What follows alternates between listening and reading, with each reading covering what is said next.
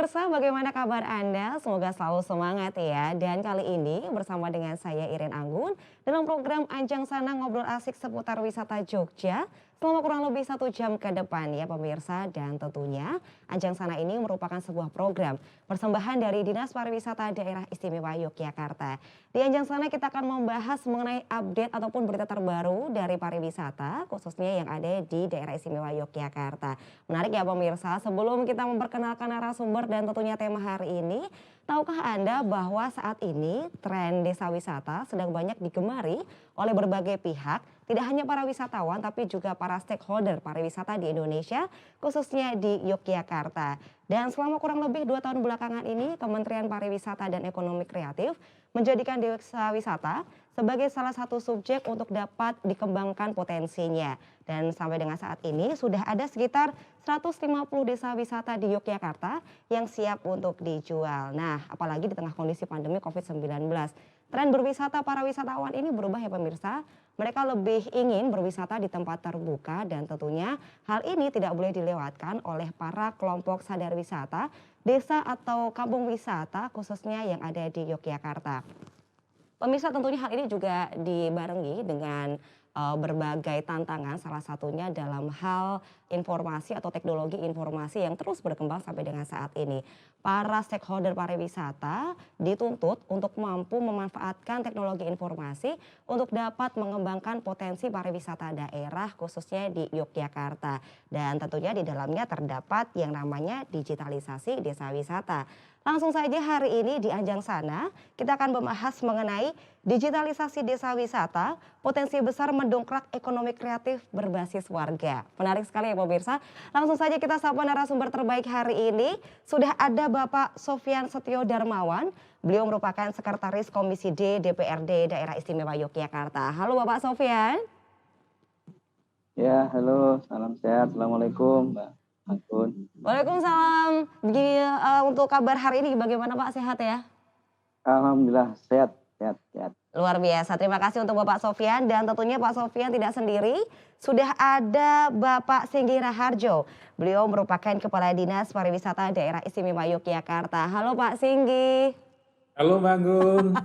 Luar biasa, di setiap pertemuan dengan Pak Singgi ini sangat-sangat bersemangat sekali. Kesibukannya luar biasa, tapi sempat untuk berhadir di Anjang Sana hari ini. Terima kasih Pak Singgi. Sama-sama Mbak Anggun. Luar biasa, dan selanjutnya kali ini sudah ada Bapak Sugeng Handoko. Beliau merupakan Sekretaris Pokdarwis Ngelanggeran begitu. Halo Bapak Sugeng Handoko. Halo, selamat berjumpa lagi Mbak Anggun. Wow, luar biasa, selamat berjumpa lagi nih. Semangat sekali nih untuk Bapak Sugeng di tengah kondisi PPKM saat ini, kegiatannya ngapain nih Pak Sugeng nih? Yang pertama tetap menjaga kesehatan diri, yang kedua ya tetap melakukan maintenance di kegiatan desa wisata di Ngelanggeran tentunya. Oke, baik, terima kasih Pak Sugeng yang sudah hadir di Anjang Sana hari ini.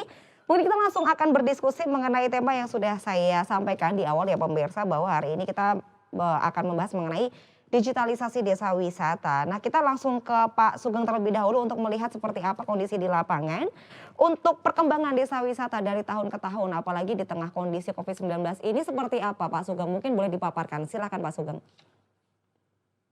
Oke, jadi desa wisata menjadi sebuah destinasi pilihan tentunya, terutama di masa pandemi saat ini. Kenapa? Karena desa wisata itu memiliki kawasan yang luas, kemudian udara yang segar, kemudian aktivitas yang menyehatkan tentunya, dan saat ini dari pemerintah baik dari tingkat daerah, kabupaten maupun pusat juga mendorong pengembangan desa wisata menjadi sebuah opsi untuk berwisata sehat di masa pandemi, sehingga di masa PPKM ini kami juga tidak tinggal diam, walaupun sementara kami tutup, tapi tetap berupaya untuk menyiapkan secara baik ketika nanti sewaktu-waktu kita sudah bisa menerima wisatawan untuk berkunjung kembali.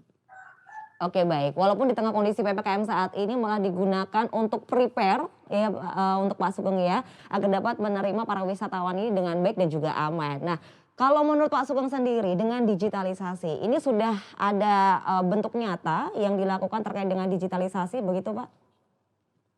Ya, jadi saat ini trennya itu adalah orang akan mencari sesuatu itu di internet, kemudian digitalisasi itu menjadi salah satu kunci tetap bisa eksis di masa pandemi. Jadi kita di masa pandemi ini juga tetap menyapa para wisatawan, calon wisatawan maupun orang yang pernah datang berwisata ke Ngelanggeran agar mereka tetap terngiang dan semakin kangen untuk nanti kembali ke Ngelanggeran. Nah, salah satunya kita menggunakan digitalisasi media sosial, kemudian website maupun channel YouTube. Upaya kami untuk bisa tetap dekat dan mudah diterima informasinya bagi siapapun yang dalam kondisi ini semuanya kondisinya di rumah saja dan belum bisa kemana-mana. Nah, itu menjadi satu peluang kita bisa mengenalkan apa yang kita miliki ke mereka lebih detail seperti itu. Baik, lengkap sekali penjelasan dari Pak Sugeng. Terima kasih banyak. Kita langsung menuju ke Pak Singgi. Pak Singgi, boleh dipaparkan terkait dengan kondisi desa wisata yang ada di Yogyakarta. Ini seperti apa kondisinya? Silakan Pak Singgi. Iya, Mbak Anggun. Jadi desa wisata yang tadi disebutkan ada 100 lebih. Ini ragamnya luar biasa. Karena kalau kita melihat harusnya setiap desa wisata itu kan mempunyai potensi yang berbeda-beda. Betul. Kalau desa wisatanya sama, saya kira nggak perlu ada kemudian banyak desa wisata. Ya.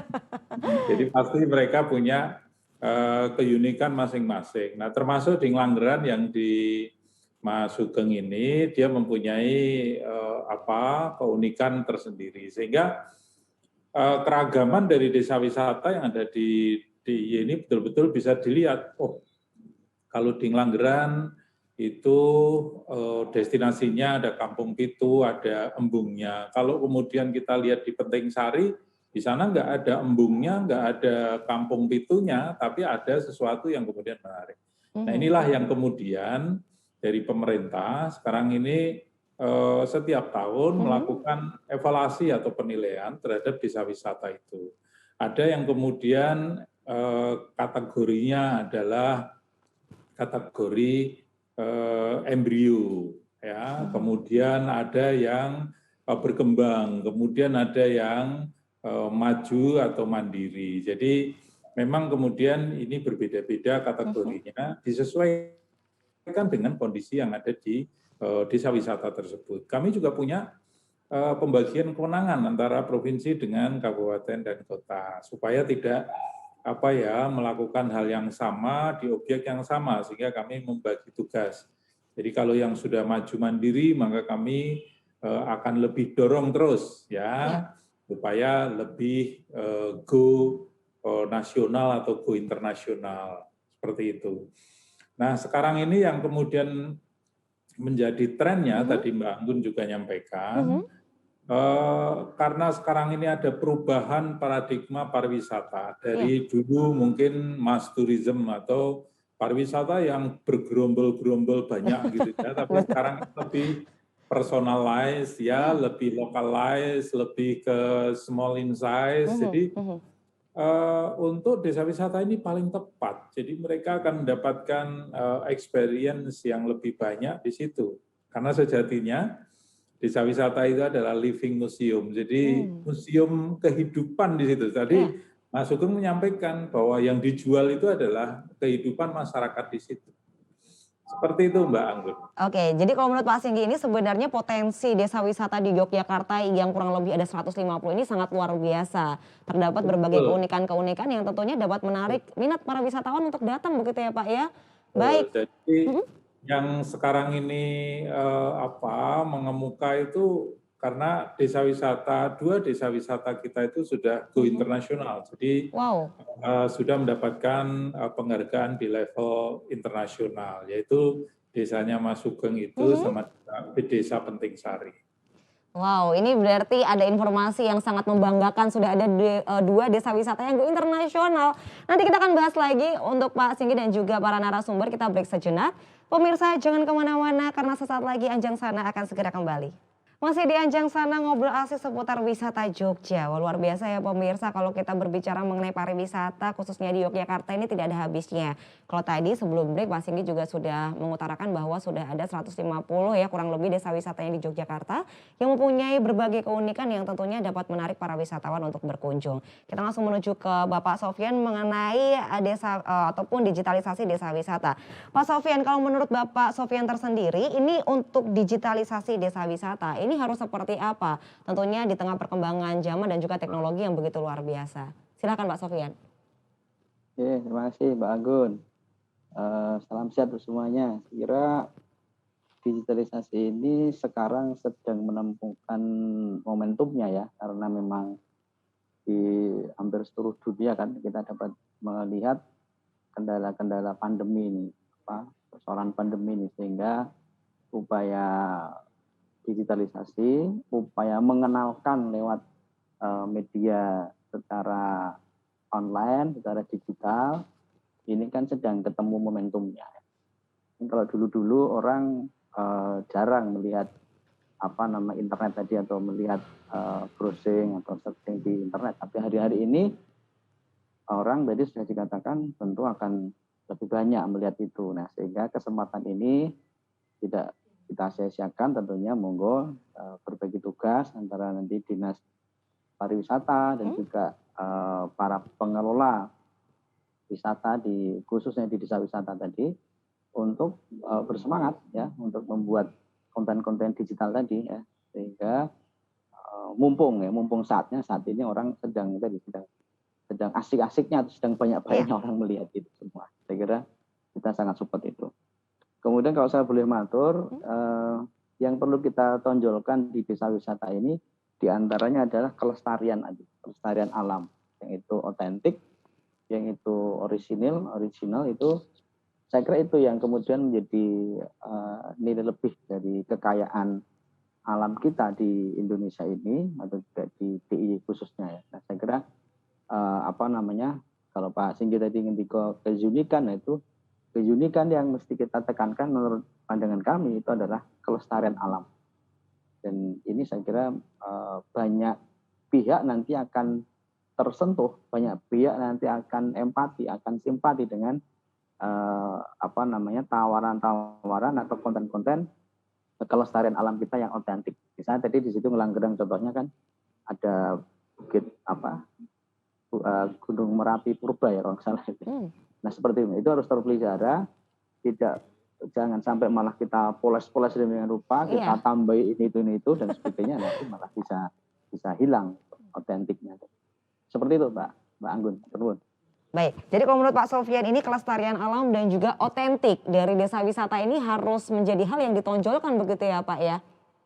Ya, dalam aspek tadi mengekspos secara digital tadi itu yang dikedepankan. Oke baik, terima kasih untuk Pak Sofyan. Kita mungkin langsung menuju ke Pak Sugeng. Pak Sugeng, terkait dengan keunikan dari desa wisata Ngelanggeran, ini seperti apa? Mungkin boleh diceritakan kepada pemirsa setia Anjang Sana. Oke, jadi kami sangat bersyukur di desa wisata Ngelanggeran karena kami dianugerahi alam yang sangat luar biasa. Kami memiliki gunung api purba yang luasnya 48 hektar. Dan ini sudah diakui juga di tingkat dunia, salah satu geosite di Gunung Sewu UNESCO Global Geopark. Jadi saya sangat sepakat tadi dengan Pak untuk menjaga kelestarian dan upaya untuk ya semakin dilestarikan, semakin mensejahterakan. Itu yang pertama. Yang kedua, kami juga sangat bersyukur di Ngelanggeran kami dikaruniai juga aktivitas masyarakat dan juga kearifan lokal dan kebudayaan yang cukup kuat, sehingga kekuatan di desa wisata itu adalah interaksi dan atraksi bersama masyarakat. Jadi wisatawan mereka bisa tinggal di homestay, kami mengelola homestay juga, kemudian mereka belajar aktivitas pekerjaan utama masyarakat itu sendiri. Ada yang berkegiatan di perkebunan kakao, kemudian belajar bagaimana menanam, memanen, sampai mengolah menjadi produk yang siap dimakan. Kemudian ada juga kepeternakan kambing etawa di kelompok Purbaya di desa kami, mereka juga belajar tentang peternakan sampai di pengolahan menjadi produk siap saji dan dinikmati. Nah, itu menjadi sebuah kekuatan tersendiri seperti yang disampaikan tadi Pak Singgih, bahwa unique selling point di masing-masing desa wisata itu harus ada dan itu disesuaikan dengan karakter desa itu sendiri. Demikian Mbak Anggun. Wow, luar biasa ya untuk potensi-potensinya. Jadi untuk pemirsa Anjang Sana kalau belum mengunjungi desa wisata Ngelanggeran ini harus wajib mencoba, begitu ya Pak Sugeng ya? Ya, betul. Oke, baik, terima kasih Pak Singgih. Kalau menurut Pak Singgih sendiri, seberapa besar desa wisata ini dapat memberikan kontribusi yang nyata terhadap perekonomian di Yogyakarta sendiri, Pak Singgih? Ya, kalau kita bicara tentang perekonomian, pasti di situ ada transaksi ya, ada transaksi. Dan kalau kita bicara pariwisata, itu multiplier efek yang luar biasa karena semua menjadi tergerak. Seperti saat pandemi PPKM darurat dan sekarang dilanjutkan level 4, tidak ada wisatawan, maka kemudian semuanya akan merasakan bahwa oh ternyata wisatawan itu betul-betul bisa memberikan pergerakan ekonomi di semua lini. Artinya dari mulai transportasinya, kemudian dari pertaniannya, peternakannya, ya, perkebunannya, belum lagi destinasi wisatanya, belum ekonomi kreatif dari sisi UMKM-nya, kemudian dari sisi ekonomi kreatif dari sisi event-nya, musik, film, dan sebagainya. Ini bagian dari pariwisata. Sehingga pada saat pariwisata kemudian sekarang ini seperti mati suri, itu kemudian kita bisa melihat di PDRBDY 2020, itu tadinya pariwisata itu menyumbang di peringkat ketiga, sekarang di peringkat ke-6 akhir 2020 kemarin. Sehingga cukup drastis sekali, kemudian bisa dirasakan. Dan semuanya bisa merasakan pada saat tidak ada wisatawan, maka kemudian semuanya mengeluh. Pedagang kaki lima di Malioboro mengeluh, Mas Sugeng juga mengeluh, ya. Kemudian di hotel juga mengeluh karena okupansi hotel juga semakin hari tidak menunjukkan peningkatan karena memang ada banyak sekali pembatasan-pembatasan. Sehingga inilah yang kemudian nantinya digadang-gadang bahwa desa wisata akan menjadi game changer-nya atau pemenang di saat pandemi seperti ini. Karena apa? Tadi saya sampaikan personalize, ya, kemudian localize, dan small in size. Inilah yang kemudian cocok untuk masuk di desa wisata kita. Karena di sana Mas Sugeng itu kalau kemudian paket wisatanya seperti itu, mungkin orang Jogja sendiri belum begitu banyak tahu bagaimana cara menanam kakao, bagaimana kemudian mengolahnya, sampai ke entah itu coklat batangan, entah itu nanti menjadi minuman yang dicampur dengan susu kambing etawa itu. Pak Sofyan harus coba ini, kalau saya suka. Jadi ini luar biasa, bisa meningkatkan perekonomian di desa itu sebetulnya, Mbak. Nah, desa kalau desanya sudah makmur, maka akan memberikan kontribusi terhadap pertumbuhan ekonomi secara daerah, kabupaten maupun di level provinsi. Seperti itu, Mbak. Oke, luar biasa. Ini menarik nih, tadi ajakan untuk Pak Sofyan ini saya juga ikut tertarik nih Pak, mencoba seperti apa sensasinya. Kayaknya Mbak Anggun juga harus nyoba ke sana ini. Siap, setelah PPKM ya Pak ya, semoga tidak diperpanjang, begitu ya Pak Esi. Terima kasih banyak untuk Pak Singgih. Untuk Pak Sofyan mungkin pertanyaannya juga hampir sama. Kalau menurut Pak Sofyan sendiri ini seperti apa kontribusi dari desa wisata ini dalam perekonomian di Yogyakarta? Karena saat ini ternyata menjadi penyumbang ini ya Pak ya nomor 6 ya saat ini ya untuk perekonomian di Yogyakarta ya. Ini seperti apa Pak Sofyan? Silakan. Ya, terima kasih Mbak Anggun. Saya kira tantangannya adalah manajemen ya atau strategi ya. Jadi kita ini karena dinamika kehidupan kita ini enggak stagnan ya, berubah-ubah, dan sekarang perubahannya adalah dalam situasi yang pandemi. Sehingga bagaimana kita harus men-setting diri, men-setting lembaga kita untuk bisa menghadapi pandemi.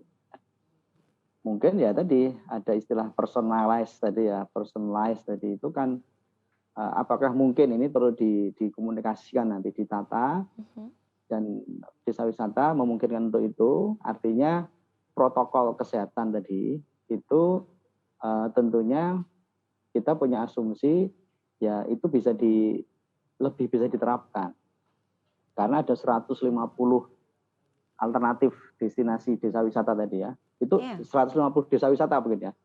Padahal setiap desa wisata tentu punya destinasi juga yang tidak hanya 1, 2 biasa jadi.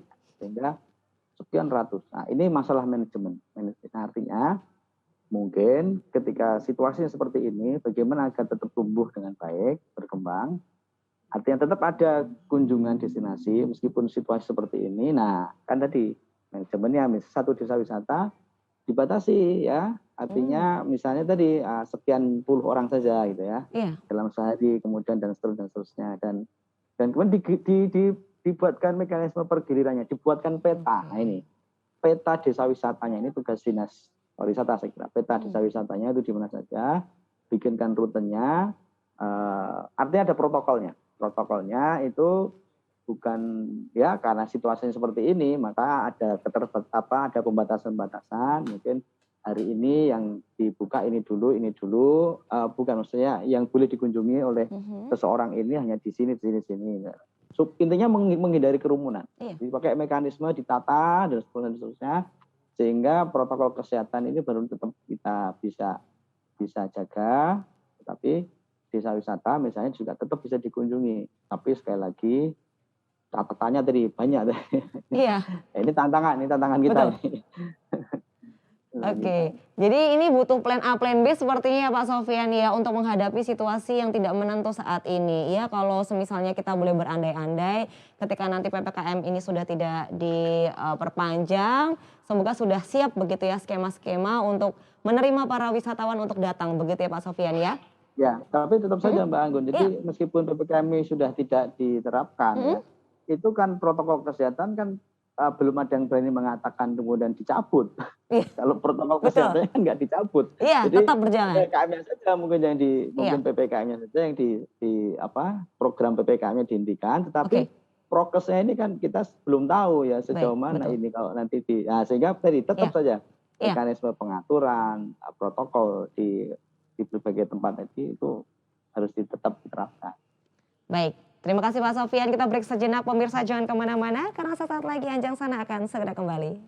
Digitalisasi desa wisata sungguh hal yang menarik. Mungkin beberapa dari Anda pemirsa sudah sering mendengar tentang digitalisasi desa wisata atau bahkan mungkin baru saja mendengar pemirsa. Nah hari ini pas sekali Anjang Sana membahas mengenai hal tersebut.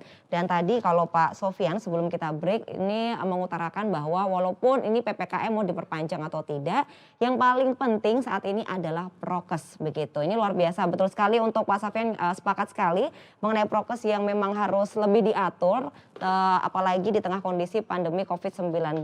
Tapi mungkin kita boleh langsung menuju ke Pak Sugeng, begitu Pak Sugeng, terkait dengan digitalisasi desa wisata yang nyata yang sudah dilakukan oleh rekan-rekan di Desa Wisata Ngelanggeran. Ini seperti apa? Boleh diceritakan? Oke, Mbak Anggun. Jadi sebenarnya membangun identitas digital itu sudah kami lakukan sejak dulu ketika kita mengembangkan Ngelanggeran. Kenapa? Karena ya kami membaca tren orang akan mencarinya secara online, secara digital. Itu yang pertama. Kemudian yang kedua, di masa pandemi ini kami juga melakukan adaptasi, inovasi dan juga kolaborasi. Awal-awal pandemi kami melakukan virtual tour, jadi melakukan kegiatan perjalanan wisata secara virtual. Nah, tentu awal-awal dulu kita tidak bisa sendiri, kita harus berkolaborasi dengan pihak-pihak tertentu terkait yang mereka bisa mensupport pelaksanaan kegiatan ini. Nah, dari kegiatan virtual tour itu juga antusiasnya sangat luar biasa dari wisatawan virtual kita menyebutnya. Mereka ternyata juga kangen bagaimana kondisi Ngelanggeran di masa pandemi. Nah, itu juga kami gunakan untuk bagaimana kami mengekspos aktivitas penerapan protokol kesehatan sehingga meyakinkan wisatawan untuk datang ke Ngelanggeran karena sudah menerapkan protokol kesehatan yang baik. Nah, itu juga menjadi satu catatan penting bahwa kalau dulu promosi kita adalah menjual keindahan, menjual keramaian, menjual Keunikan begitu ya Pak ya? keunikan. Iya. Tapi di masa pandemi ini justru yang harus kita angkat adalah bagaimana desa wisata bisa menerapkan protokol kesehatan yang baik. Bagaimana di desa wisata kita menjual kesunyian dan pembatasan jumlah kunjungan yang itu justru menjadi daya tarik orang merasa aman dan nyaman untuk mengunjungi desa wisata kita. Demikian, Mbak Anggun. Oke, ini saya penasaran sekali dengan virtual begitu ya. Kali ini seperti apa sih Pak untuk virtual tour ini? Kemarin mekanismenya seperti apa begitu? Boleh diceritakan ini soalnya saya penasaran nih, belum pernah mencoba virtual ini. Oke, jadi ini memang menjadi satu inovasi yang lahir di masa pandemi.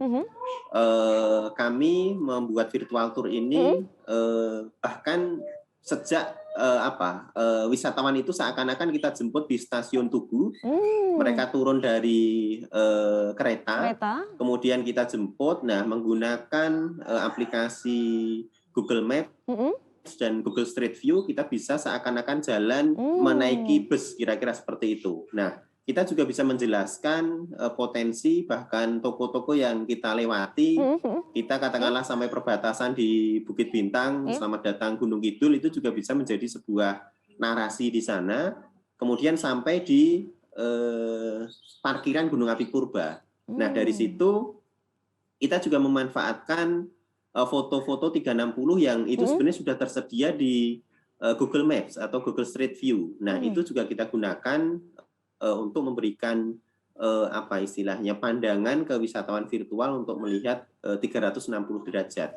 Nah, selain itu kita juga membuat konten video yang tentu tidak terlalu panjang karena biasanya maksimal kegiatan virtual tour itu adalah 1,5 sampai 2 jam saja. Itu juga menjadi sebuah tantangan tersendiri. Itu adalah bagaimana menarik wisatawan secara virtual itu untuk tetap menikmati perjalanan secara virtual ini. Kemudian yang kedua, jaringan koneksi internet itu juga menjadi sesuatu yang penting. Baik penyelenggara atau kami maupun wisatawan virtual itu. Kemudian yang ketiga itu adalah membuat narasi dan konten yang kreatif sehingga wisatawan virtual itu tidak bosan. Demikian. Wow, luar biasa ya, ternyata pandemi ini membuat kita semakin kreatif dengan menciptakan virtual tour ini ya Pak Sugeng ya. Menarik sekali, ini patut dicoba sepertinya. Boleh kita langsung ke Pak Singgi. Pak Singgi, terkait dengan program ataupun dukungan-dukungan yang nantinya diberikan oleh para rekan-rekan yang ada di desa wisata begitu. Karena tadi Pak Singgi juga mengutarakan bahwa desa wisata ini digadang-gadang menjadi penyelamat roda perekonomian di Yogyakarta. Ini seperti apa Pak? Silakan. Ya, Mbak Anggun. Jadi yang kita lakukan kemudian tidak sekedar mencatat desa wisata dan sebagainya, namun kita melakukan pembinaan, pendampingan ya, itu yang kita lakukan sejak sebelum pandemi sampai dengan pandemi kemarin. Bahkan di pandemi kemarin itu cukup banyak program yang kita program kegiatan yang kita sampaikan ke desa wisata. Salah satunya adalah dengan memberikan bekal bagaimana mendigitalisasi desa wisata itu. Dari sisi pendataan desa wisata secara digital, kemudian juga bagaimana membuat konten kreatif, ya, kemudian juga yang akan dipublish sebagai sarana informasi maupun promosi kepada para wisatawan, baik itu melalui sosial media, kemudian melalui website maupun juga melalui channel YouTube. Kalau mereka belum punya ya kemudian kita bisa pasang di channel YouTube-nya Dinas Pariwisata. Itu semua kita lakukan dalam rangka untuk memberikan pembinaan supaya desa wisata itu go digital ya. Karena sekarang ini pada saat pandemi tadi disampaikan Mas Sugeng, itu saatnya kita melakukan digitalisasi promosi melalui digital. Dan kanal digital ini jauh lebih luas lagi jangkauannya. Betul. Daripada yang konvensional. Kalau konvensional biasanya pakai brosur gitu ya. Terbatas ya Pak ya. Yang kan, ya. Betul.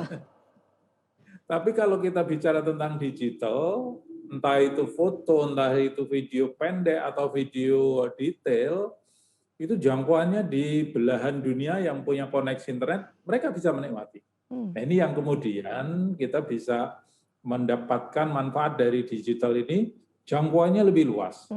Sehingga media promosinya bisa sampai kemana-mana. Bahkan kalau kita bicara tentang smartphone yang kemudian pasti kita punya grup WhatsApp gitu ya, itu pasti terus kemudian dalam hitungan detik itu bisa di-broadcast, diteruskan itu sampai mana-mana.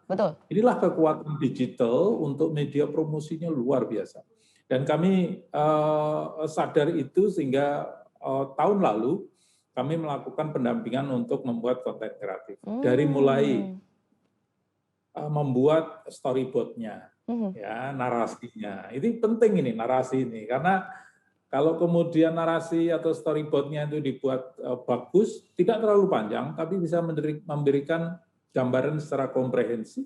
Kemudian bagaimana cara menggunakan tool-nya yang kemudian kita tidak memberikan contoh dengan harus membawa kamera yang besar, tidak. Tapi dengan smartphone. Nah, smartphone ini bisa digunakan untuk membuat konten itu sendiri. Kemudian bagaimana mengeditnya, bagaimana kemudian bisa masuk ke beberapa channel, baik itu media sosial, website maupun media yang lain. Jadi ini kemarin kita lakukan di tahun lalu, tentu kami tidak sendiri, ada beberapa stakeholder yang kami ikutkan seperti Badan Otorita Borobudur, kemudian Bank Indonesia. Ini partner kita yang kemudian bersama-sama untuk melakukan pembinaan kepada desa-desa wisata tersebut. Baik, menarik sekali. Berarti saat ini memang semua teman-teman yang ada di desa wisata ini dituntut untuk kreatif dan juga bisa memanfaatkan teknologi informasi, begitu ya Pak Singgi ya. Terima kasih banyak Pak Singgi. Kita ke Pak Sofyan. Pak Sofyan, terkait dengan program-program yang sudah dipaparkan oleh Pak Singgi begitu. Mungkin ada masukan-masukan kalau tadi Pak Singgi berbicara mengenai sudah ada pelatihan bagaimana membuat konten yang kreatif, lalu juga bagaimana memakai ataupun menggunakan toolsnya. Ini kan terkait dengan SDM berarti ya Pak ya. Ini mungkin ada masukan-masukan begitu Pak terkait dengan hal tersebut. Silakan Pak Sofyan. Ya, terima kasih Mbak Gun. Jadi saya kira kalau ini belum dilakukan itu adalah tadi mempromosikan tadi, kemudian menjadi guide ya dalam tanda petik ya, menjadi guide di dunia luar untuk untuk masuk, jadi menjadi tour guide untuk wisatawan ini diarahkan secara sistematis, secara terorganize gitu ya, supaya semua desa wisata itu juga nantinya akan terkunjungi dengan baik ya, karena kita tidak berharap tentunya hanya wisatawan itu kunjungan menumpuk di salah satu atau dua desa wisata saja. Ya, tapi bagaimana di semua desa wisata dan berbagai desa wisata yang ada tadi, yang ratusan tadi jumlahnya tadi itu, bagaimana dinas pariwisata tentunya kita di Pemda DIY ini bisa memfasilitasi itu, jadi menjadi tour guide. Tour guide untuk mengarahkan, sehingga mengarahkan atau mengkelompok-kelompokkan sehingga jadi akan tersebar sehingga protokol kesehatannya juga akan dilaksanakan dengan baik dan semua desa wisata juga bisa terkunjungi juga dengan baik dan semuanya bisa akan tumbuh. Kira-kira begitu kalau masukan dari kami. Dan juga nanti saya belum ngecek nih Pak Singgi ya, di rencana induk pariwisata kita ini, di Perda kita ini sejauh mana ya kita mendesain memposisikan desa wisata ini, apakah sudah masuk ataukah perlu tambahan kerangka baru. Saya kira kalau belum tentu kita akan lakukan revisi dan seterusnya. Berkaitan juga dengan upaya digitalisasi tadi kan, karena ini situasinya sudah berkembang sedemikian rupa, maka apakah perlu nanti coba kita diskusikan bersama mungkin. Oke, baik. Terima kasih Pak Sofyan. Sebelum kita berdiskusi begitu, mungkin kita break sejenak ya Pak untuk mendiskusikan seperti apa perda yang mungkin dikhususkan untuk desa wisata. Untuk pemirsa jangan kemana-mana karena sesaat lagi Anjang Sana akan segera kembali. Terima kasih pemirsa, Anda masih setia di Anjang Sana, ngobrol kasih seputar wisata Jogja, dan tentunya Anjang Sana ini merupakan persembahan dari Dinas Pariwisata Daerah Istimewa Yogyakarta. Yuk kita langsung saja menuju ke 3 narasumber terbaik hari ini. Kalau tadi Pak Sofyan menanyakan mengenai perda khusus mengenai desa wisata begitu. Untuk Pak Singgi mungkin boleh ditanggapi terkait dengan hal tersebut Pak Singgi. Silakan Pak Singgi. Ya, terima kasih Mbak Anggun, Pak Sofyan. Jadi kalau perda khusus tentang desa wisata memang tidak ada, tetapi kita punya Riparda, Rencana Induk Pembangunan Pariwisata Daerah. Di sana masuk di klausulnya CBT atau Community Based Tourism atau pemberdayaan masyarakat melalui desa wisata tersebut. Jadi banyak hal yang dikupas di dalam Riparda tersebut. Salah satunya adalah desa wisata. Berkaitan dengan kelestarian tadi, Pak Sofyan menyampaikan kelestarian alam. Tapi tidak hanya berhenti di situ, Pak.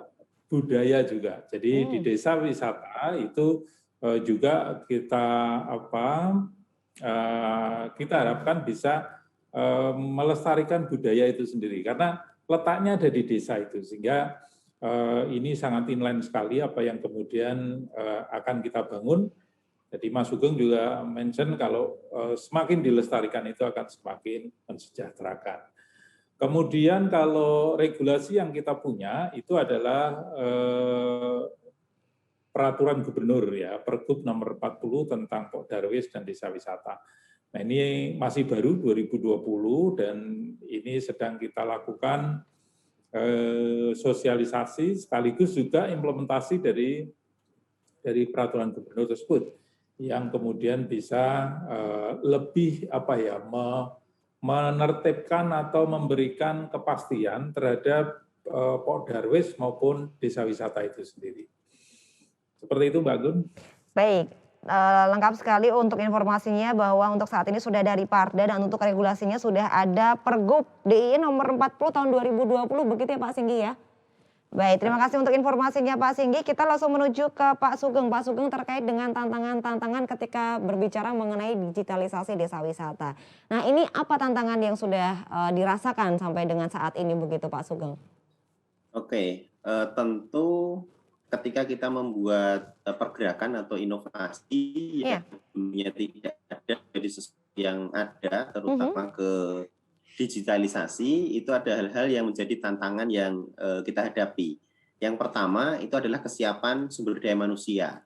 Kita tidak bisa memungkiri bahwa masyarakat yang ada di desa itu cenderung memaknai suatu pekerjaan itu adalah yang secara fisik, yang mengeluarkan keringat, yang kepanasan kira-kira seperti itu, tapi yang melakukan konten kreatif, membuat konten, kemudian menyiapkan sebuah narasi yang menarik sehingga membuat orang tahu dan mau datang ke destinasi, itu masih sedikit yang menyadari dan sedikit yang mau terjun ke arah sana. Itu yang pertama. Yang kedua itu adalah terkait infrastruktur jaringan. Ketika kita berbicara tentang digitalisasi, kita tidak bisa tanpa supporting terkait sistem jaringan koneksi internet. Nah, itu juga menjadi satu tantangan tersendiri karena di DIY ini sangat beragam letak geografisnya dan tentu masih ada beberapa titik yang mungkin menjadi sulit terkait koneksi jaringan. Kemudian yang ketiga itu adalah konsistensi dan komitmen untuk membuat itu. Nah, biasanya awal-awal itu semangat dan banyak konten yang dibikin. Tapi untuk menjaga komitmen, kemudian konsistensi memproduksi sebuah konten kreatif itu menjadi satu tantangan tersendiri. Nah, harapannya nanti tantangan-tantangan ini bisa dihadapi dan diselesaikan dengan pendampingan yang baik. Kemudian ada semacam pemberian infrastruktur jaringan yang kuat tentunya, terutama di desa wisata yang potensi untuk bisa dikembangkan. Kemudian yang ketiga, kolaborasi dengan konten kreator yang ada di Jogja.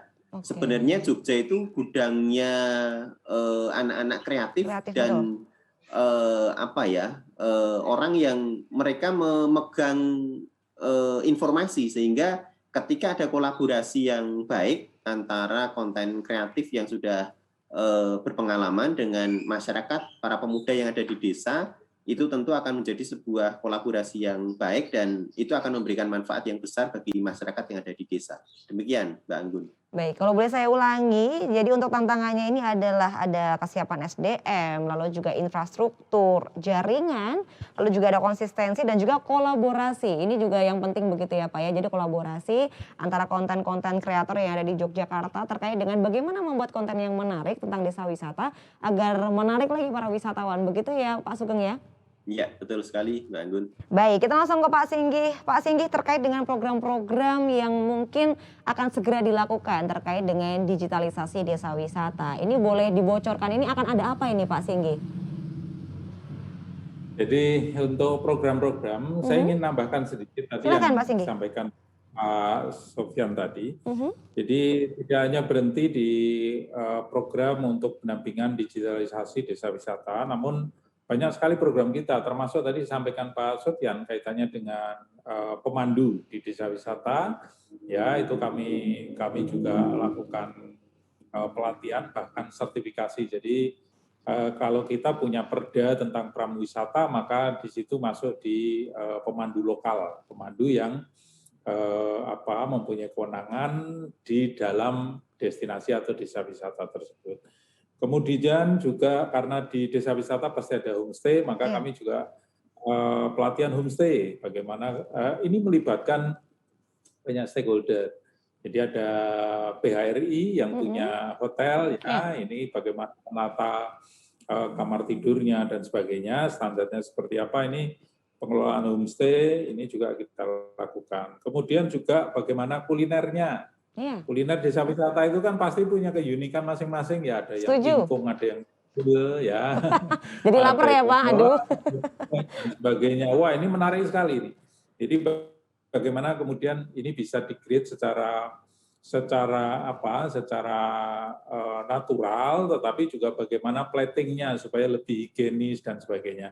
Ini kita bekerja sama dengan PPJI ataupun ICA, ya, Asosiasi Chef. Jadi kita memang partnership-nya cukup banyak untuk desa wisata ini, dari mulai akademisi, kemudian praktisi, asosiasi juga masuk di dalamnya. Nah, kemudian pertanyaan Mbak Anggun tadi terakhir apa Mbak Anggun ya? Waduh, malah lupa tadi. Oke. Baik, terkait dengan mungkin program-program begitu Pak, terkait dengan digitalisasi desa wisata untuk yang paling terbaru ini begitu. Nah, sekarang ini di kementerian itu baru ada lomba desa wisata. Jadi secara nasional dan luar biasa animonya karena dulu hanya ratusan, sekarang 1.000 lebih desa wisata se-Indonesia untuk mengikuti. Dan Jogja ini ada 96 desa wisata yang mengikuti. Jadi ini luar biasa. Jadi animonya sangat bagus. Kemudian kemarin sudah di shortlist, disortir lagi. Ada 50-an desa wisata secara nasional. Jogja kira-kira berapa Mbak Anggun? Berapa coba Pak? Wah ini saya agak deg-degan nih Pak. Kira-kira berapa nih Pak? Lebih dari 10 yang masuk. Jadi ini biasa. Saya berharap nanti desa wisata Jogja akan juga mengukir prestasinya di tingkat nasional, karena tahun lalu sudah ada 3, dari Kulon Progo ada, dari di Gunung Kidul ada, ya di Mas Sugeng juga dapat lagi itu kemarin itu. Wah, Pak Sugeng. Panen nih Pak Sugeng. Jadi selain kita mengikuti ajang lomba di tingkat nasional, kita juga lalu melakukan pembinaan. Yang walaupun juga lomba itu bukan tujuan sebetulnya, ya menang itu bukan tujuan, tetapi paling tidak kita mendapatkan pengakuan bahwa apa yang selama ini kita lakukan itu betul-betul sudah sesuai dengan tracknya. Jadi semacam kalibrasi lah, gitu, seperti itu. Kemudian program berikutnya adalah tentu kita akan menghubungkan, ini kemarin sudah ada, antara desa wisata dengan industri pariwisata. Karena Mas Sugeng ini tidak bisa jualan sendiri, pasti akan dibantu oleh asosiasi yang membuat travel paket, yaitu Asita. Ya, jadi inilah yang kemudian harus ditemukan antara desa wisata dengan industri pariwisata dalam hal ini yang membuat paket wisata. Sehingga para wisatawan itu sudah betul-betul punya arrangement yang bagus, itinerary yang bagus, kemudian akan stay di Ngelanggeran berapa malam, kemudian pindah dan sebagainya. Inilah yang Asita yang harus kemudian berjalan. Nah, untuk ngeklopkan itu, maka dalam pembinaannya pun kami juga melibatkan mereka. Supaya pada saat kita melakukan revitalisasi desa wisata, itu sudah sesuai dengan harapan dari industri pariwisata itu sendiri. Jadi sellable gitu ya. Seperti itu Mbak Anggun. Waduh, ini saya ikut bangga loh Pak terhadap berita yang tadi sempat disampaikan oleh Pak Singgi. Ini 10 desa wisata yang masuk nominasi ya Pak ya? Ada 13 Mbak. Ada 13, waduh ini berarti lebih banyak lagi, ada 13 desa wisata. Ini luar biasa, sebuah prestasi dan juga semangat untuk para rekan-rekan yang ada di desa wisata. Semoga makin kreatif lagi begitu ya Pak Singgi ya? Ya. Baik, terima kasih. Luar biasa, terima kasih untuk Pak Singgi. Pak Sofian, mungkin ada yang ingin disampaikan terkait dengan digitalisasi desa wisata. Ini ternyata banyak sekali ya saingannya ya di luar Yogyakarta. Ini harus seperti apa agar tetap eksis begitu? Silakan, singkat saja Pak Sofian. Ya, terima kasih. Ya, saya kira tadi sudah cukup lengkap ya disampaikan Pak Singgi dan Mas Sugeng. Kami tentu sangat apresiasi terhadap langkah-langkah Pak Singgi juga Mas Sugeng tadi itu dalam pengembangan desa wisata. Kita sangat support dan semoga sama-sama kita terus dorong berkembang. Dan satu hal mungkin ke strategi ya. Jadi jangan sampai kita ini pakai strategi habis-habisan ya, tapi harus di-manage. Jadi misalnya tadi contohnya di Ngelanggeran itu punya berapa macam destinasi ya. Nah, itu mungkin tahun ini misalnya di blow up dulu yang Gunung Api Purbanya ya kan. Terus ini tahun depan nanti ada yang embungnya. Sehingga nanti setiap tahun itu akan ada hal baru yang kemudian menantang para wisatawan untuk kemudian berkunjung kembali. Kalau manajemennya itu manajemen tumpah ruah, semua yang ada ditumpahkan semua begitu itu, nah, nanti orang mungkin datang sekali terus nggak ada hal yang baru lagi yang bisa dibayangkan. Wah, Ngelanggeran ya sudah 7 sudah datang semua saya gitu. Tapi kalau 7 itu di-manage sehingga di blok satu-satu. Nah, ini juga nanti peran pembinaan dari